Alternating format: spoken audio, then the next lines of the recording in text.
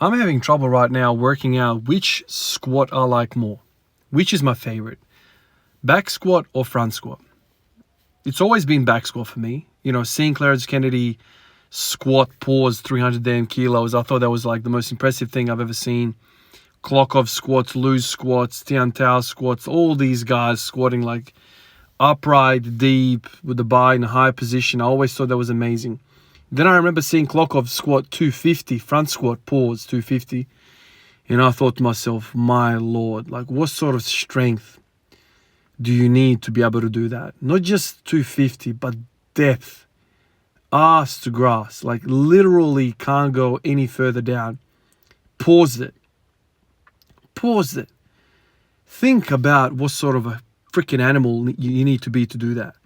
Lots of guys squat, 250 or whatever, 300 kilos to parallel. That's impressive as well. Don't get me wrong. All these guys are stronger than me that can do that. But there's something so freaking sexy about range of motion. Like I don't know what it is, man. Like maybe I'm just different, but like I said, like when I see somebody quarter squat or freaking half squat, whatever you want to call it, with a lot of weight, it's impressive. Yeah, sure. Like it's a lot of weight, right? Like the guy's strong. Clearly the guy's strong. If you can squat 300 kilos at parallel, you are a strong dude. There's no doubt about it. But it doesn't get me out of my seat. It doesn't bulge my eyeballs out like when I see a 250 ATG squat.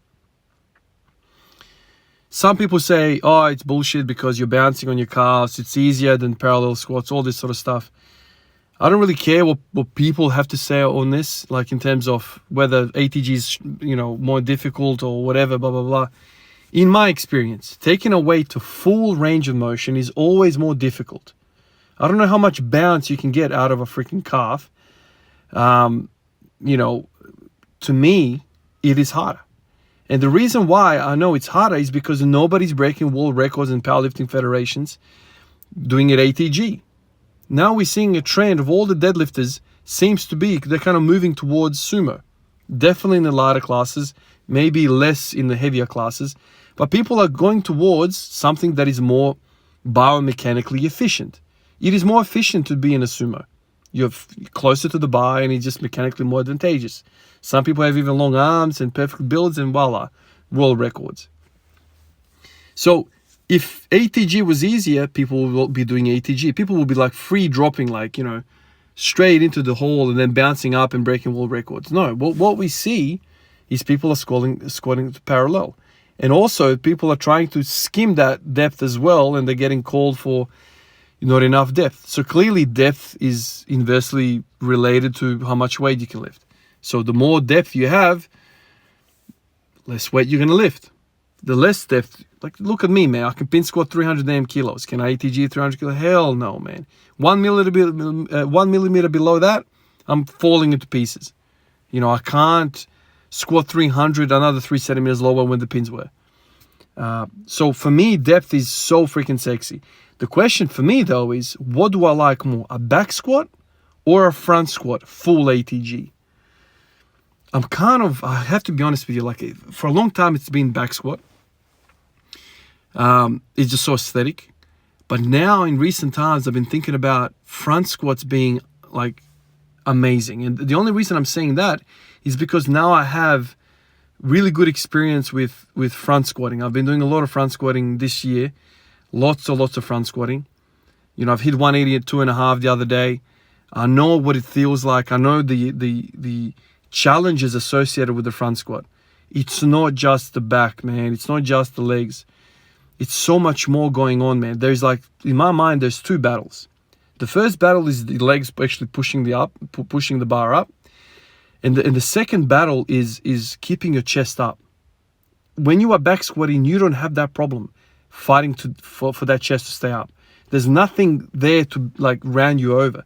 With the front squat, man, if you lose that battle of the chest, it's over. It doesn't really matter what the legs are doing. It's over. So I really like that. Like it's a fight at the top and it's a fight at the bottom. And it's so strange when you're going through a front squat and when it's like near maximum, like the other day when I did 182, for me it was like the whole time I'm thinking about where the bar is and how I'm fighting that fight. It's funny, like I'm squatting the bar and I'm not even thinking about squatting the bar. I'm just thinking, keep the elbows up, chest up, elbows up. And all of a sudden I'm like, oh, I'm at the top now. Okay, rack it. That's the real battle in all of this. So it's like, it's an upper body movement as much as it is a freaking lower body movement. How amazing is that? How amazing is that? The only thing with the front squats is that, you know, you're using less posterior chain. You know, glutes and hamstrings are used less. Whereas when you start to go high bar and then you start to slide the bar down all the way to low bar, that progression from front all the way to low bar, you know, you're kind of using more and more posterior chain. And this is why we see more and more weight on the bar. You know, front squat, you lift less weight than high bar. You know, and low bar, you're lifting weight, you know, that's heavier, again, more than the high bar. But to me, it's like I've never been one of those guys that chases a route that is easier. I know that sounds silly because you're using more weight with these easier options. They're not really easier because you're using more weight. I just always felt like I like the harder option. I'm weird like that, man.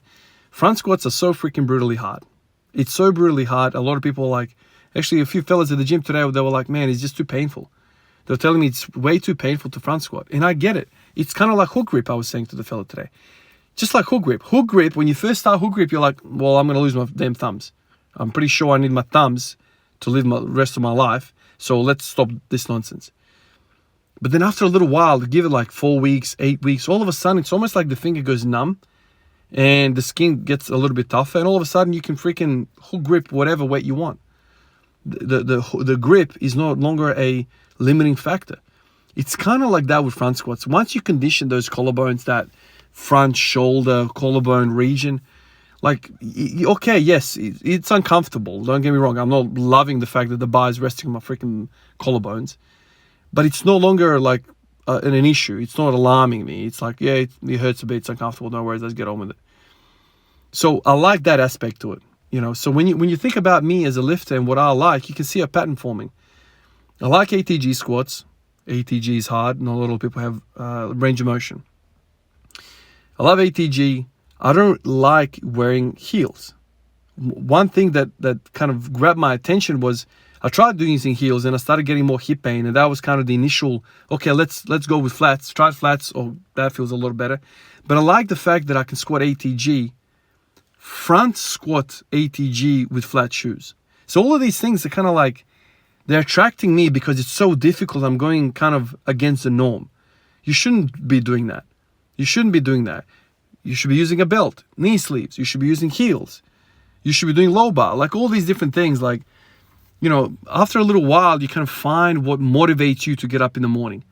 And one of these motivators is just doing the hard thing. It's so freaking hard to understand. Like, you know, you're waking up 4:30 in the morning. That's hard enough. No, but you got to make it a bit harder. That's how I am. It's so strange. It's like the harder the task at hand, the more motivation I have. Because I know 99.99% people out there are not going to want to do this because it's too hard. The bar hurts the collarbone. The hook grip hurts the thumb. It's, you know, hard to lift without a belt. It's hard to lift without knee sleeves, all these types of things. And it's like there's people out there who use everything and anything to make the thing easier so they can load more weight on. But with me, it's like, I don't want that because it's almost like I feel like it's taken away from my motivation. Because it's like, okay, I squatted 220 with a belt, knee sleeves, all this sort of stuff. How much did the belt help? I always kind of wonder. Not that, you know, it's a bad thing to squat 220 with a belt, because I can't do that.